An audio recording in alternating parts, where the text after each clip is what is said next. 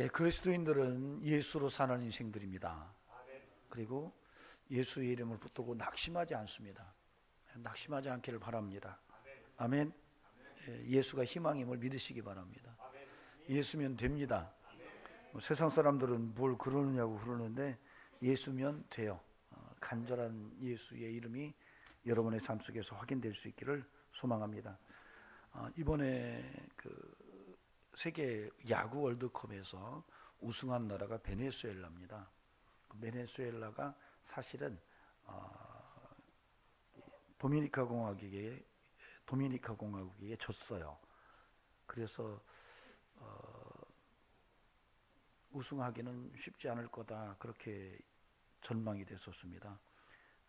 그래서 우승 후보는 미국하고 일본일 거다 그렇게 예상을 했는데 놀랍게도 이 베네수엘라가 일본과 미국을 제치고 우승을 했습니다. 참 흥미로운데 이 도미니카 공화국에게 이 베네수엘라가 졌을 때 이 코치와 감독과 선수들이 왜 졌는지 야 이거 분석 좀 하자.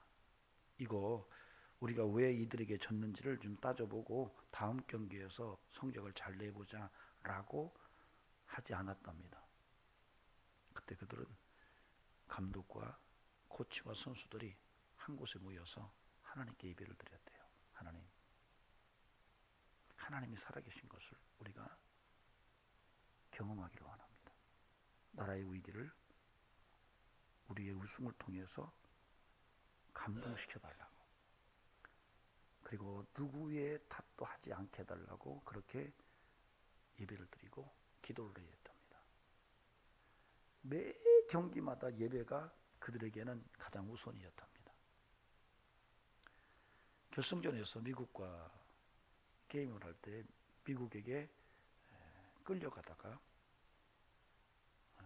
그걸 결정적인 한 방을 날렸던 선수가 마지막 9회 초에서 그렇게 기도했답니다. 하나님, 저는 안 돼요. 하나님이 하셔야 돼요. 절박함으로 들어가서 기도하고 들어섰는데 거기서 점수를 내서 승리로 이끌어냈다고 그래요. 그들이 그 경기장에서 무릎을 꿇고 하나님께 기도하면서 모두가 그랬답니다. 하나님이 하셨다고. 실제적 실력으로는 이길 수가 없는데 하나님이 도우신 거죠. 그래서 여러분, 예수 붙들고 살면 됩니다. 너무 절망하지 마세요. 지금 환경이 어렵고 보이는 게 없고 희망이 없어요 라고 그렇게 생각이 들어도 여러분, 예수면 됩니다. 그런 믿음으로 삽시다. 좀 얼굴 좀 핍시다.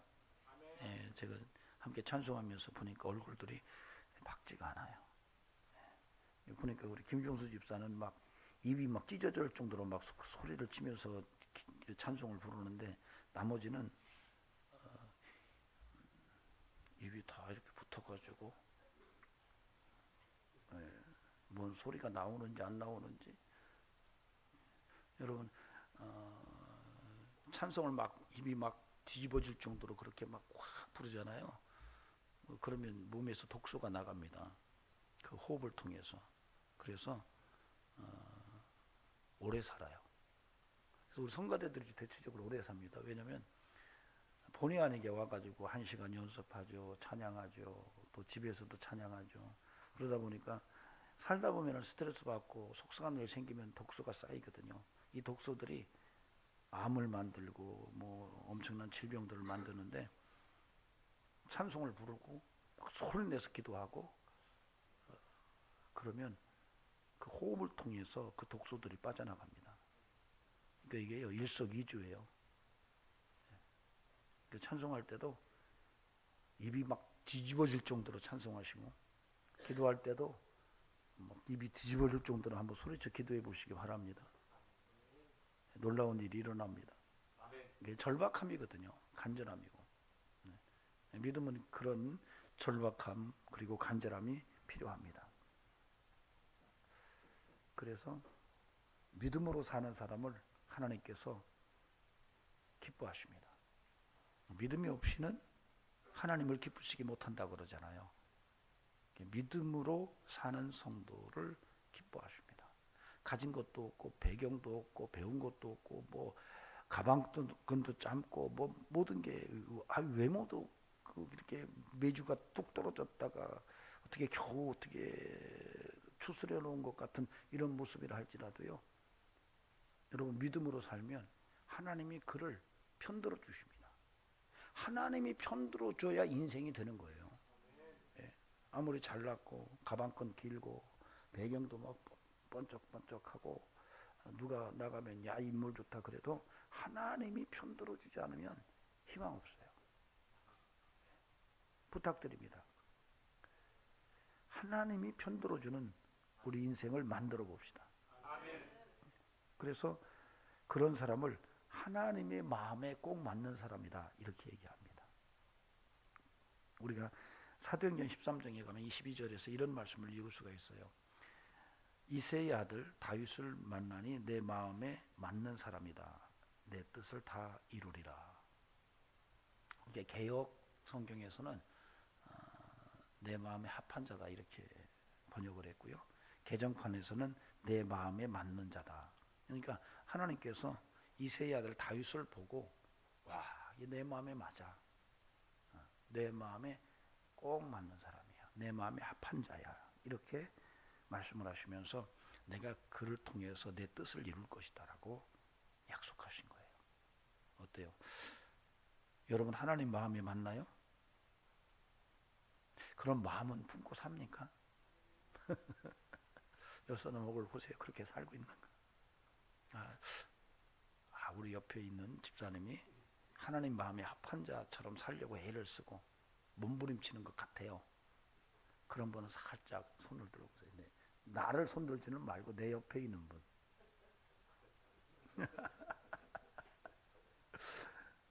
여러분 우리가요,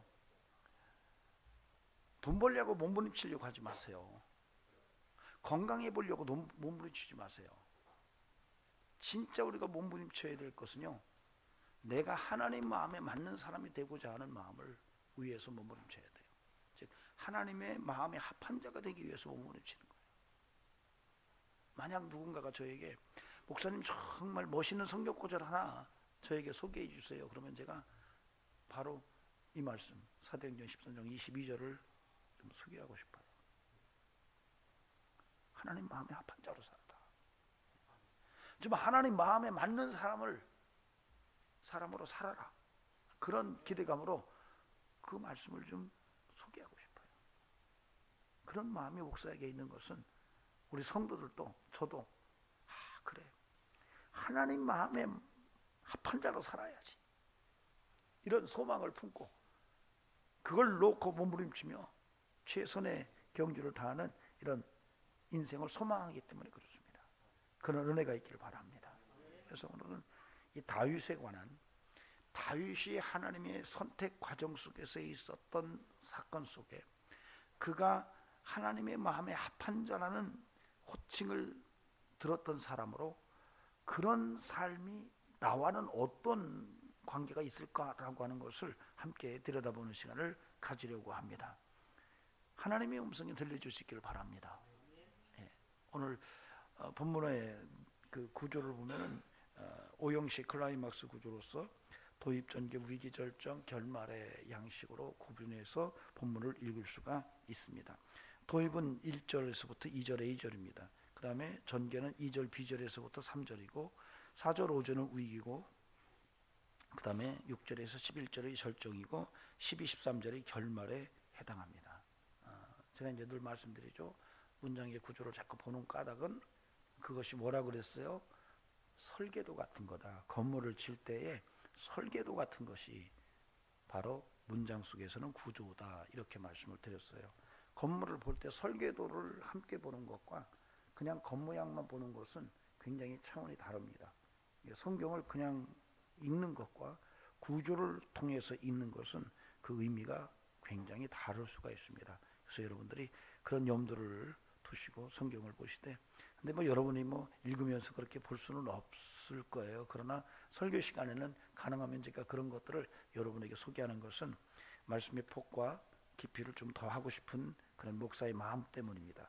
여러분들이 늘 어렵다 하고 목사님이 얘기하는 게 좀 쉽지 않아 이렇게 생각하기 시작하면 말씀이 잘 안 들어오니까 그냥 모르는 것은 그냥 덮고 넘어가고 들리는 소리만 믿음으로 아멘 하시면 됩니다. 오늘도 뭔 소리가 탁 들리면 아멘 하시기만 합니다. 아멘 해야 돼요. 하나님 말씀이 아멘 할 줄 알면 자다가도 떡이 생겨요. 떡은 아니고 그냥 우연찮게 돈이 생겨요. 아멘이 작아졌네. 정말 기대치 않은 돈이 한 뭉탱이 들어옵니다. 할렐루야. 자, 오늘 먼저 우리가 생각할 것은요 1절에서 3절까지 말씀을 좀 보았으면 좋겠습니다. 이 구절체는 사실은 아까 제가 구조를 얘기할 때 도입과 전개에 해당하는 구절체입니다. 도입을 1절에서 2절, A절까지, 그 다음에 전개는 2절, B절에서 3절까지라고 제가 말씀을 드렸는데, 그 부분을 보면은 그 나눠진 경계 속에서 뭘 할 수가 있냐면 1절 첫 번째 구절체가 여호와께서 사무엘에게 뭐라고 그래요? 이르시되라고 말해요. 그 다음에 2절, B절을 보세요. 거기에도 여호와께서 이르시되라는 말이 언급됩니다. 찾으셨어요? 예. 이게 이제 아마르 야훼라는 말이거든요. 여호와께서 말씀하시되. 우리가 이제 1절에서는 여호와께서 사무엘에게 이르시되 이렇게 번역을 해놨지만은 1절 첫 번째 나오는 구절체가 아마르 야훼로 나와요. 그리고 2절 B절에서도 아마르 야훼로 나옵니다. 히브리 문장 자체가 그래요. 그러니까 우리는 주어가 먼저 나오지만 히브리 말은 동사가 먼저 나옵니다. 그래서 아마르 야훼, 아마르가 이게 동사거든요. 말하다 이런 말이에요. 야훼, 여호와께서 말씀하시다 이런 말이거든요. 그래서 그 내용을 도입과 전개로 나누어서 제가 봤는데, 이렇게 본 이유가 뭐냐면 이 본문은 사실은 오늘 우리가 읽은 본문은 하나님께서 사울왕을 버리시고 이스라엘의 왕으로 다시 한 사람을 찾으시는 거예요. 그래서 그가 다윗인데 하나님께서 사무엘을 통해서 그 다윗을 찾아서 그에게 기름을 붓도록 하는 내용을 담고 있거든요. 그런 내용 속에서 오늘 하나님께서는 사무엘에게 주도적으로 말씀하세요. 이게 사무엘에게 여호와께서 말씀하시되, 여호와께서 말씀하시되, 이렇게 반복적으로 문장이 이어지는 거예요. 이 말은 뭐냐면 여호와께서 말씀하시는 것의 중요성을 이 본문이 설명하고 있는 겁니다. 다시 말하면 하나님이 하나님의 일꾼을 찾으신 과정 속에서 여호와께서 사무엘에게 계속 말씀하시는 것은 하나님이 하나님의 일꾼을 선택하실 때 그 과정 속에서 드러나는 것은 사람이 아니라 하나님이 주도하신다는 얘기를 하고 있는 거예요. 하나님의 사람을 하나님이 쓰시려고 선택하십니다. 그때에 하나님께서 그 사람을 찾으시는 일을 하나님이 주도한다는 거예요. 사무엘이 주도하는 게 아니에요. 사실 사무엘은 안 가려고 그랬어요. 이유가 있죠. 지금 당시 왕은 사울왕인데 또 다른 왕을 기름 붓도록 하기 위해서 사무엘이 움직인다면 이게 사울왕에게로 들어간다면 어떤 일이 벌어질지를 알고 있었던 거예요. 그래서 안 가려고 그랬어요. 그러나 마음이 낙담돼가지고, 왜? 하나님께서 사울왕을 포기했다는 것을 알았기 때문에 사무엘은 굉장히 마음이 가라앉아 있었던 상태인데 하나님께서 네가 가라. 베들레헴에 이새의 집에 가면 거기에 한 아들이 앞으로 왕이 될 거다라고 하는 얘기를 하시는 거예요. 근데 사무엘은 내가 그렇게 가면은 사울왕이 가만히 있겠냐고 그러는 거예요. 그래서 아주 정중하게 하나님 앞에 부정적인 마음을 드러내지만은 하나님께서는 사무엘에게 계속 말씀하시는 거예요. 아마르 야훼, 야훼께서 이르시기를. 그래서 이것은 하나님이 하나님의 일꾼을 찾으시는 과정 속에서 그것을 주도하시는 분은 사람이 아니라 하나님이라는 것을 얘기하는 거예요. 근데 이게 중요한 것은 뭐냐면 여러분이 하나님의 일꾼으로 택함받는 과정에서도 다르지 않다는 거예요. 하나님이 주도하십니다. 하나님 저 써주세요. 그래서 되는 게 아니에요. 하나님이 쓰시려고 찾아오시는 거예요. 하나님이 하나님의 일꾼을 찾으세요. 예배하는 자를 찾으시듯이 하나님도 하나님 나라를 위해서 쓰시려는 그 사람을 하나님이 여기저기 헤쳐보시면서 찾으세요. 그 중에 여러분이 있는 거예요. 여러분이 지금 이 자리에서 와서 복인능교회 일꾼으로 앉아있는 것은 하나님이 여러분을 찾으셨기 때문에 와 있는 거예요. 이제 여기서 하나님이 여러분을 쓰시도록 여러분이 하나님 앞에 내가 여기 있습니다, 나를 쓰소서라고 고백하면서 믿음으로 전진하는 것은 여러분의 몫이지만 하나님이 여러분을 찾으시는 것은 하나님이 주도하신다는 거예요. 여러분 거기에 내가 있다는 것을 오늘 아시기 바랍니다. 아멘. 네. 하나님이 나를 찾으셨다는 거예요. 하나님이 나를 찾으셨어요. 다른 사람이 찾은 게 아니에요. 천지 만물을 창조하신 하나님, 독생자를 십자가에 못 박으시고 나를 지극히 사랑하신 그 하나님이 나를 찾으셔서 일꾼으로 씌우시려고 지금 부르셨다는 거예요. 하나님의 주도권이 여러분의 인생 속에 있음을 오늘 깨달으시기 바랍니다. 그냥 있지 마세요. 여기에 와 있다는 자체가 하나님이 주도하셔서 하나님의 일을 위해서 여러분을 부르시기 이유 때문에 여기에 와 있는 거기 때문에 여러분의 그 정체성을 아시고, 아, 내가 여기 와 있는 게 하나님이 주도하심이 있었구나. 내가 어쩌다 누구에게 끌려온 게 아니구나. 다윗이 이스라엘 왕으로 기름 부음 받는 것이 사무엘이 가서 한 게 아니구나. 하나님이 강권하셨구나 라는 이 놀라운 비밀을 깨닫고, 아하, 내게 역시 그런 은혜가 함께하는 거라는 것을 아시고, 여러분 하나님의 주도하시는 선택을 오늘 굳게 붙들 수 있기를 바랍니다. 네. 주일날 예배에 어쩌다 끌려 나오면 안 되는 거예요. 하나님이 나를 쓰시려고, 하나님의 일꾼으로 쓰시려고 나를 주도적으로 부르셨고 선택하셨고 나를 오늘 예배당으로 이끄시는구나.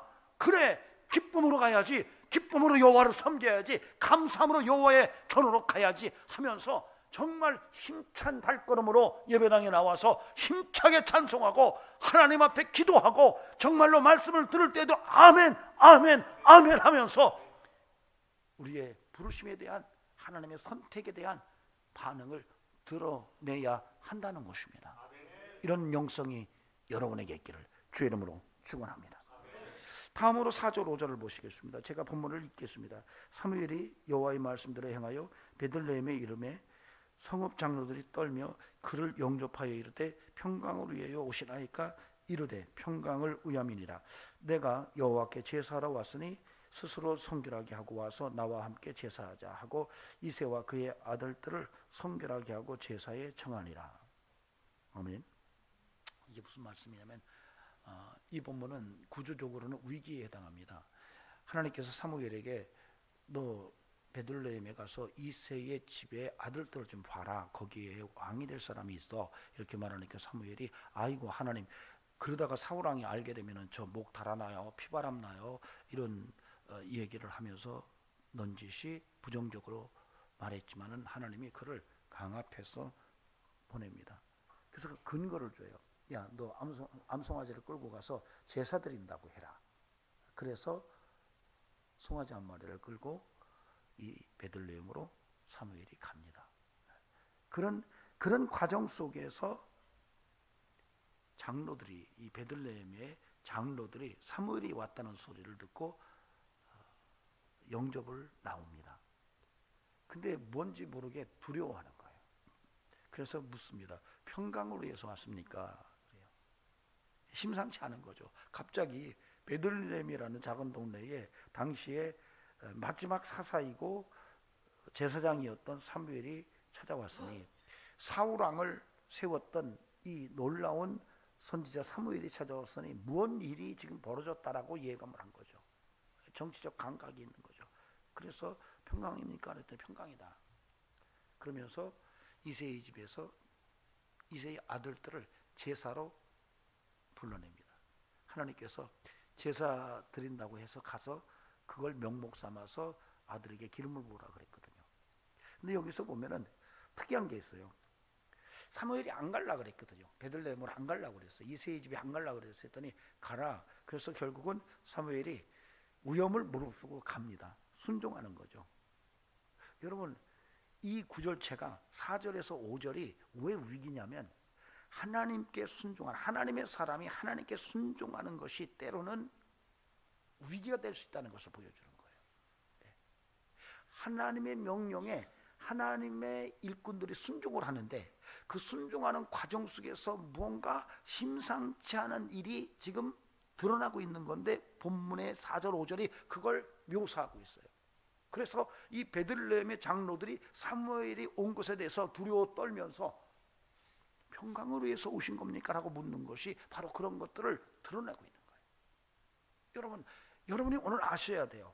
하나님의 명령에 순종하는 것이 때로는 위기를 가져올 수 있다라고 하는 거예요.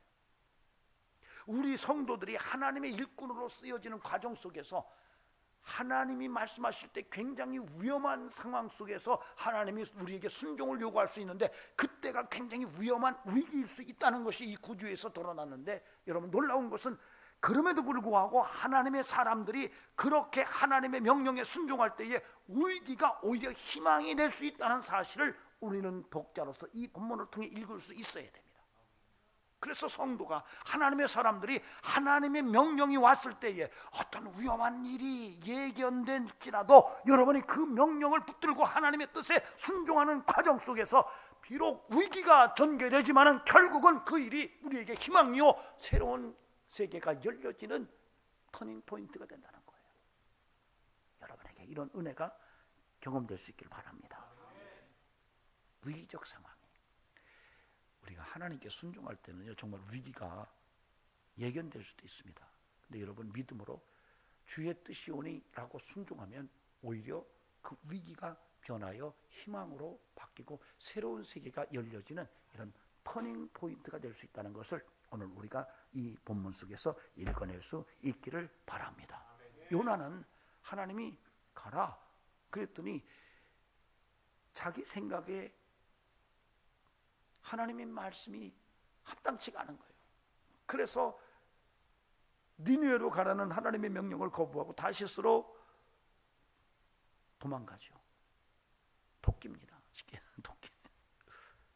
결국은 물고기 뱃속으로 들어가잖아요. 절망 가운데로 빠집니다. 부탁드립니다.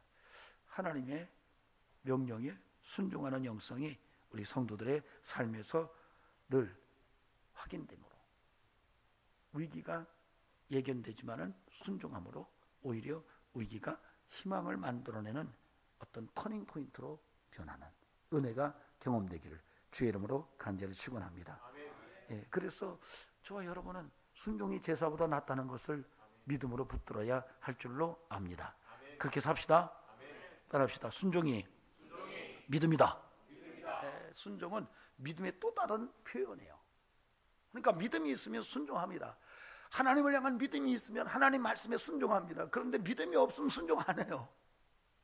이게 믿음은 순종과 동전양면 같은 표현입니다.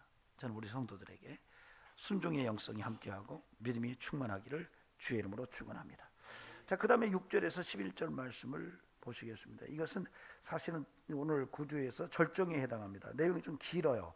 길기 때문에 끝까지 읽지는 않겠습니다. 이 6절에서 11절은 핵심적인 내용은 뭐냐면 하나님께서 끝까지 찾으시는 거예요. 하나님이 택한 일꾼을 기름 붓도록 하기 위해서 사무엘을 보내는데 하나님께서 계속 사무엘을 통해서 그 하나님이 택한 그 일꾼을 계속 찾아요. 끝까지 찾아가요. 여러분 굉장히 중요합니다. 하나님은 하나님이 쓰시려는 사람을 끝까지 찾아갑니다. 도망가도 거기에 하나님이 계세요. 그래서 어디 숨을 곳이 없어요. 하나님이 찾으려고 맘먹고 내가 너를 지명하여 불렀나니 너는 내 것이야 라고 하나님이 여러분을 선택했다면 여러분이 어디 있어도 여러분은 하나님의 손 안에서 발각될 수밖에 없는 존재라는 것을 이 본문이 우리에게 드러내주고 있습니다. 여러분 이걸 아시기 바랍니다. 하나님의 선택 속에는 하나님이 기묘하게 끝까지 찾아오시는 하나님의 끈질김이 있다. 괜히 그냥 도망가려고 하지 말라. 그냥 확실하게 처음부터 자수해서 광명 찾고 하나님께 붙잡혀서 쓰여지는 그런 인생이 돼야 한다는 것입니다. 아멘. 미꾸라지를 잡으려면, 미꾸라지 아시죠? 미꾸라지. 서울에서 사셔가지고 잘 모르실 거예요. 그래도 웬만하면 다 아시죠. 안 잡히잖아요. 결국은 잡힌다고 생각했다면 그냥 잡히세요. 이리 삐지고 저리 삐지고 도망다니지 말고 하나님에게 확실하게 붙잡히세요. 그러면 역사가 나타납니다. 하나님이 끝까지 찾아오세요. 할렐루야. 하나님이 여러분을 이 자리에 부르신 것도 이제 하나님이 여러분을 쓰시려고 부르셨는데 이제 하나님께 붙잡혀서 쓰여지기를 바랍니다. 도망다니지 말고 아이고 주님 내가 여기 있사오니 나를 쓰소서 하고 그냥 아주 무릎 딱 꿇고 탁 엎어지시기 바랍니다. 내 뜻대로 마옵시고 주 뜻대로 하옵소서 하고 그냥 확실하게 붙들리면 거기서 역사가 나타납니다. 이런 은총이 우리 성도들에게 함께 할 수 있기를 간곡히 부탁을 드립니다. 근데 이제 그 하나님께서 그 하나님의 선택한 일꾼을 끝까지 찾아가시는데 그냥 찾아가시는 게 아니에요. 그에게도 자격이 있고 하나님도 어떤 기준을 가지고 찾아가세요. 이제 그것이 오늘 본문 속에서 나옵니다. 여러분 한번 말씀을 보시기 바랍니다. 7절 보세요. 같이 읽어볼까요? 시작. 여호와께서 사무엘에게 이르시되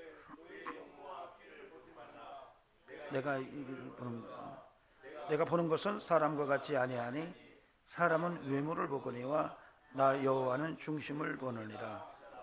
아멘. 이게 굉장히 재미난 본문이에요. 오늘 잘 들으시기 바랍니다. 제가 조금 내용을 여러분에게 조금 더 다른 시각으로 소개하면서 이 본문이 어떤 의미인지를 함께 들여다보려고 하거든요. 사실은 사무엘이 이제 이새의 집에 가가지고 이새의 아들들 중에서 장자를 봤어요. 누구죠? 아미나답. 아비나답을 딱 보고 아비나답이 아니고 엘리압이죠. 엘리압을 보고 굉장히 키도 훤칠하고 괜찮은 거예요. 그래서 이 아들인가 보다 라고 생각하는데 하나님께서 아니다, 너 외모 보지 마라 이렇게 말씀하시는 거예요. 나는 그를 선택하지 않았어. 사람은 외모를 보지만 나는 중심을 보거든. 그래서 사무엘이 엘리압을 제껴놓습니다. 그러니까 둘째를 불렀어요. 아비나답을 불렀어요. 아비나답이 왔는데도 노했어요. 산마를 불렀습니다. 셋째가 왔는데도 하나님이 예스를 안 하는 거예요. 결국은 노했습니다. 7 아들이 다 사무엘 앞에 면접을 보는데 하나님께서 예스라는 말씀을 안 하시는 거예요. 그러니까 사무엘이 당황하는 거죠. 그래서 이새에게 묻습니다. 당신 아들이 다냐 이게? 아니요. 말째가 있는데 지금 양을 치고 있습니다. 그래요. 그러니까 사무엘이 그 사람 데려와라. 그 말째를 데려와라. 그 막내가 오지 않으면 우리가 이 제사 음식을 먹을 수가 없다. 이게 사실은 하나님께서 암송아지를 끌고 가라고 그랬거든. 제사를 위해서. 이거 화목제를 위해서. 지난번에 레위기 읽었죠. 화목제를 위해서 가져가라고 한 거거든요. 화목제는 음식을 같이 먹는 그런 제사를 의미합니다. 그래서 음식을 먹어야 되는데 그 말째가 오기 전에는 우리가 더 이상 일을 진행하지 않겠다. 그래서 데려오는 거예요. 그 마지막 다윗이 이제 불려오는 과정입니다. 그래서 하나님께서 7절에서 말한 것처럼 하나님이 보는 것과 사람이 보는 것이 다르다. 사람은 외모를 보지만 하나님은 중심을 본다. 이런 말씀을 해요. 이게 굉장히 이제 성도들에게서 굉장히 그 의미 있이 받아들여지는 이런 구절체입니다. 겉의 화려함보다는 마음가짐이나 태도가 참 중요하다라고 하는. 오늘날은 뭐죠? 외모주상주의죠. 외모가 잘났으면 모든 것이 그냥 감춰집니다. 그래서 가끔가다 그런 얘기도 들으시죠? 어떤 범죄자가 얼굴이 너무 이쁜 거예요. 그랬더니 그 범죄자를 용서해 주면 어떻겠냐고 이렇게 그 정도로 외모에 신경을 많이 쓰죠. 다행히 우리 교인들은 외모들이 다 출중해서 거기에 뭐 크게 매달리지 않죠. 대답이 없으세요?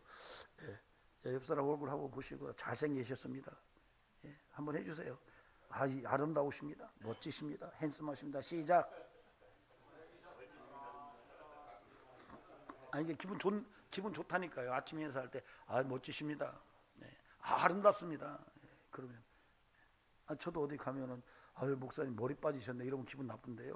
목사님이 훤칠하시고 훤하고 좋습니다. 빠진 건 마찬가지. 말을 그렇게 하면 희한하게 기분이 좋아요.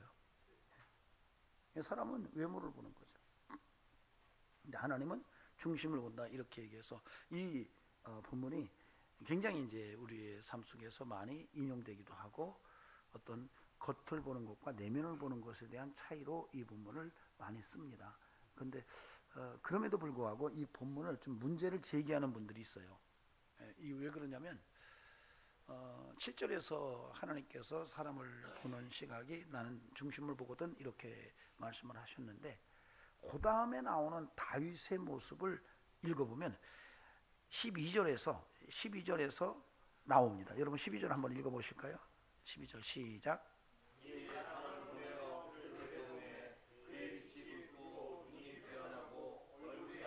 예, 아멘. 예, 12절에서 이제 다윗이 왔어요. 왔더니 바로 7절에서 나는 외모를 보지 않아, 겉모양 보지 않아, 나는 중심을 보거든 이렇게 말했으면 독자들은 무슨 생각을 해요? 다윗이 잘 못생겼을 것이라고 생각한단 말이에요. 그렇잖아요. 아니 잘생긴 엘리압을 보고 야 겉모양 보지 마, 나는 중심을 보거든 이렇게 말하면은 독자들 생각에는 다윗이 불려왔을 때 다윗은 별로 잘생긴 게 없을 것이라고 생각했는데 12절에 보니까 그를 데려왔는데 그의 빛이 붉고 눈이 빼어나고 얼굴이 아름답더라 이렇게 써놨어요. 이게 뭐죠? 잘생긴 거예요. 잘생겼어요. 이런 것들을 보고 또 이제 나중에 16절 18절로 가면은요, 18절 보세요. 이건 본문하고는 좀 벗어나 있는데 18절 같이 읽어볼까요? 시작.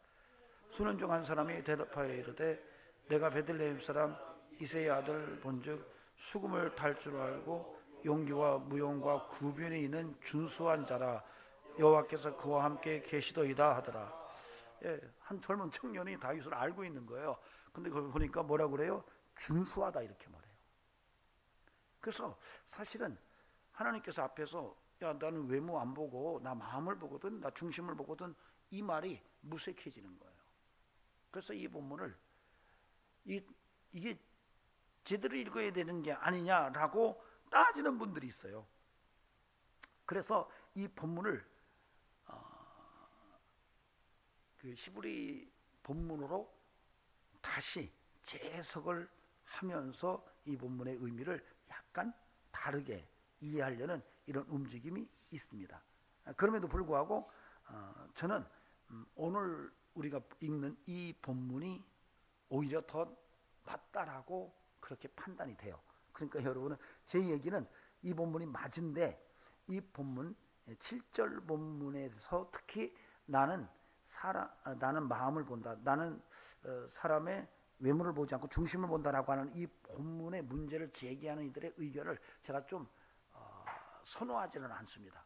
오히려 지금 있는 본문이 더 의미가 있다라고 보고 이 본문을 함께 살펴보려고 합니다.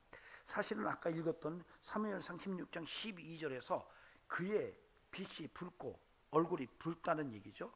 굉장히 아주 건강한 것의 상징성입니다. 그 다음에 눈이 빼어나고, 빼어나다는 말은 눈이 맑고 이런 말로 표현하는 게 좋아요.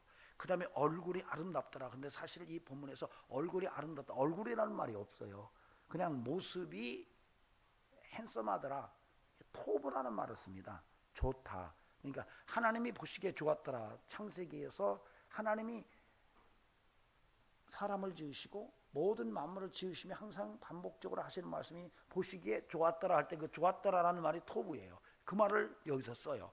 그러니까 보기에 좋은 모습인 거예요. 자, 그런 외모의 모습을 우리가 보면 오늘 나는 사람은 겉모양을 보지만 외모를 보지 난 중심을 본다라는 말의 의미를 조금 더 들어볼 필요가 있어요. 이게 왜 그러냐면 이 본문을 제가 원어로 읽으면 아담 이르의 라 에나임 왜 야해 이르의 렐라바보라는 말이에요. 이제 문장으로 봤을 때는 외모를 본다라고 했을 때 이 외모라는 말이 우리가 외모가 아니에요.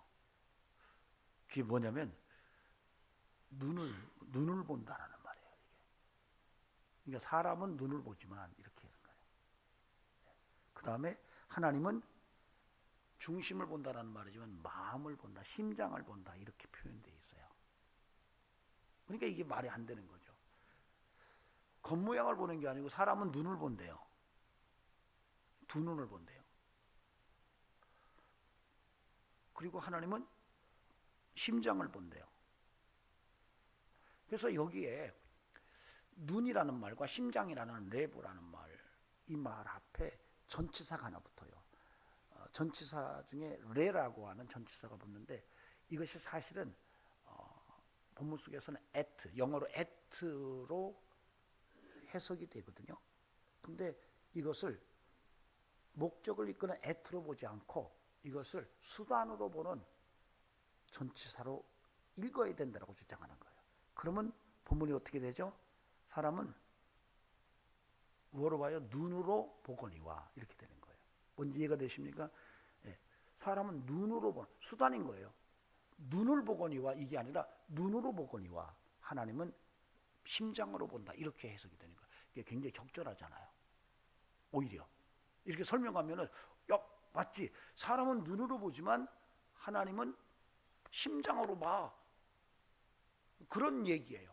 굉장히 설득력 있는 것 같지만은 저는 그런 시각보다는 지금 번역되어져 있는 하나님은 외모를 보지 아니하시고 중심을 보신다는 거.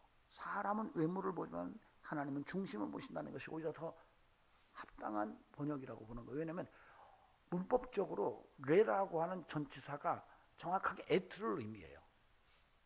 그러면 사람은 눈을 봤다는 얘기인데 번역을 하면 그런 거예요. 사람은 눈을 보거니와 하나님은 마음을 본다 이렇게 읽을 수가 있거든요. 근데 여러분 이게 무슨 얘기냐면요, 사실은 앞에서 아까 12절에서 하나님이 보실 때에 다윗을 중심을 봤는데 사무엘이 보고도 또 다른 친구가 보고도 이 다윗의 모습이 외적인 모습보다는 내면의 얘기를 많이 하고 있어요.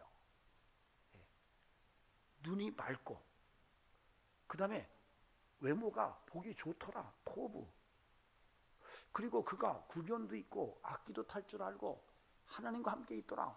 이런 얘기들로 봤을 때는 성경 전체가 다윗을 설명하는데 그 사람들이 본 다윗의 모습도 그냥 마냥 외모를 얘기한 게 아니라 그 내면을 보려고 하는 거예요.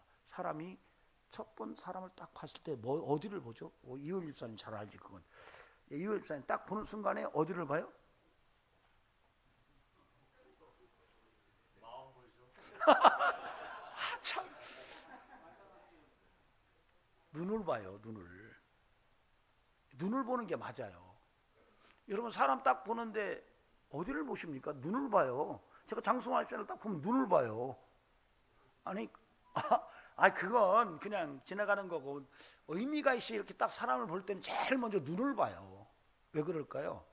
눈빛이 쫙 찢어져가지고 막 핏발이 서고 가능하면 외모를 통해서 그 내면을 보고 싶은 마음이 다 있는 거예요.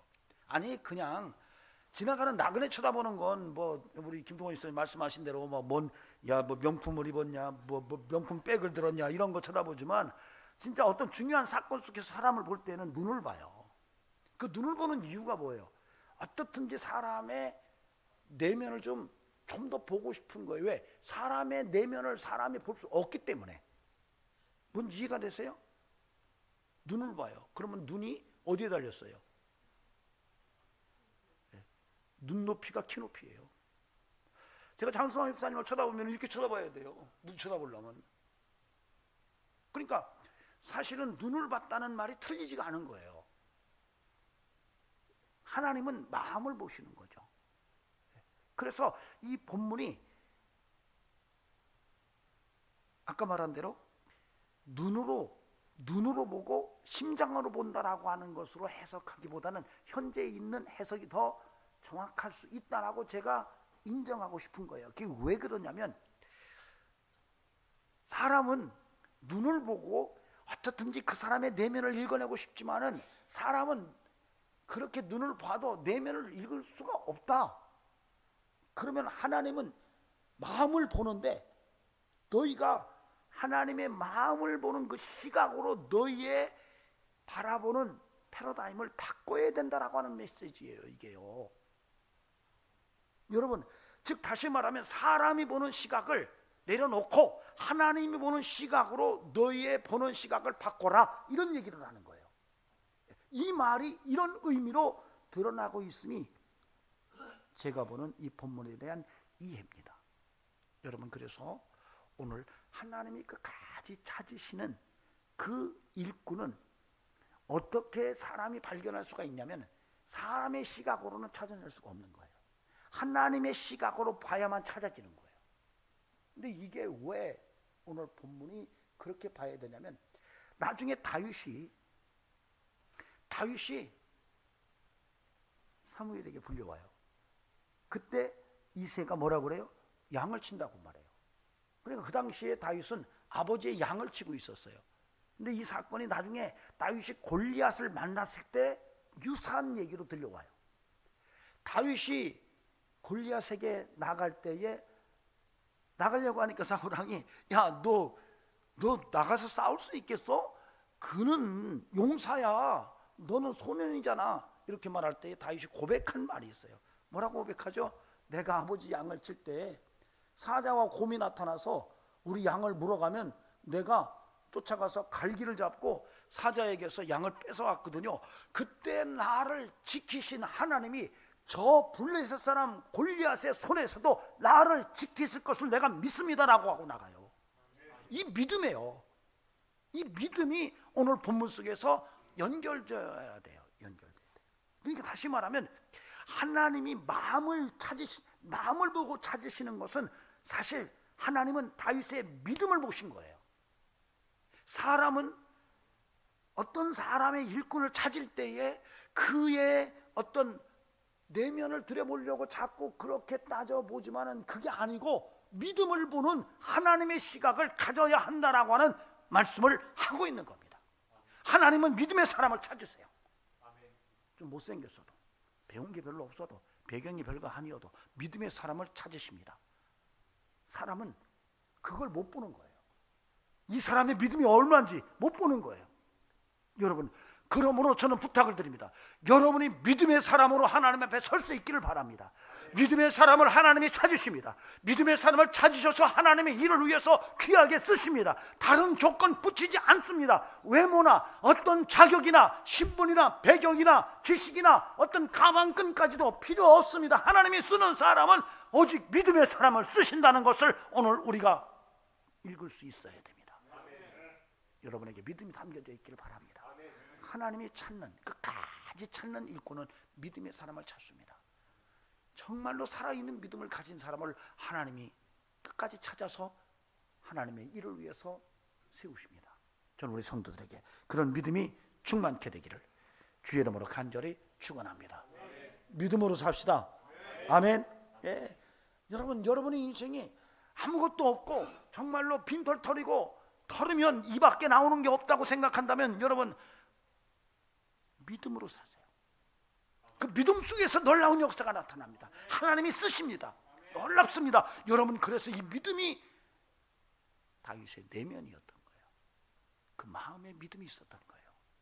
여러분, 이런 은총이 우리에게서 확인될 수 있기를 바랍니다. 다음으로는 12, 13절에서 특이한 것이에요. 이제 기름을 붓습니다. 기름을 부었더니 어떤 일이 벌어져요? 다윗이 여호와의 영에 크게 감동되리라. 굉장히 의미가 상징화되어 있습니다. 기름을 부었어요. 기름을 부었더니 여호와의 영은 성령입니다. 하나님의 영이 그에게 충만케 크게 감동됐대. 그 뒤로부터 이게요, 하나님의 사람들이 하나님의 일꾼으로 쓰여질 때에 나타나는 영적 변화입니다. 구약에서는 기름을 부을 때에 그 기름 붓는 것이 신약에서는 성령의 임재와 연결이 됩니다. 근데 오늘 본문에서 다윗을 사무엘이 하나님의 명령에 따라서 기름을 부었는데 그 사건 이후로 다윗이 하나님의 영에 크게 감동됐어요. 여러분, 삼손이 하나님의 영에 감동됐을 때에 엄청난 일을 합니다. 하나님의 일꾼들에게 아주 필수적인 것이 바로 성령의 감동이 필요하다는 겁니다.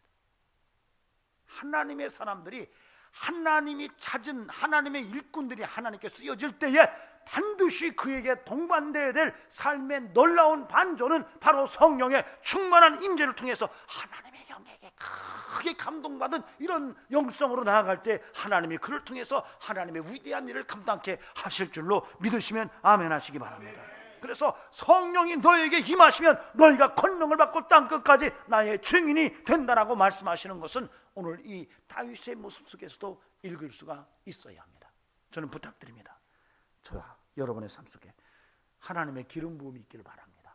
성령의 기름 부음이 있기를 바랍니다. 하나님의 영에 충만케 되기를 바랍니다. 하나님의 성령이 충만에 임해서 하나님의 일꾼으로 귀하게 쓰여지는 축복이 있기를 주의 이름으로 축원합니다. 기도하시겠습니다. 존귀하신 하나님, 우리의 연약함을 새롭게 하시고 아버지 하나님, 우리 속에 있는 믿음을 통해서 하나님의 택하심의 역사가 드러나게 하시고 그 믿음을 통해서 기름 부음을 받아 하나님의 귀한 일꾼으로 쓰여지는 삶이 되게 하옵소서. 이제는 우리 구주 예수 그리스도의 은혜와 하나님 아버지 살아계심과 성령님의 역사하시며 오늘도 믿음으로 하나님 앞에 순종하는 인생으로 하나님께서 그 내면을 보시고 선택하시고 일꾼으로 쓰시기를 원하는 그 은혜 가운데 거하기를 원하는 심령들에게 영원토록 함께 하시기를 간절히 축원하옵나이다. 아멘.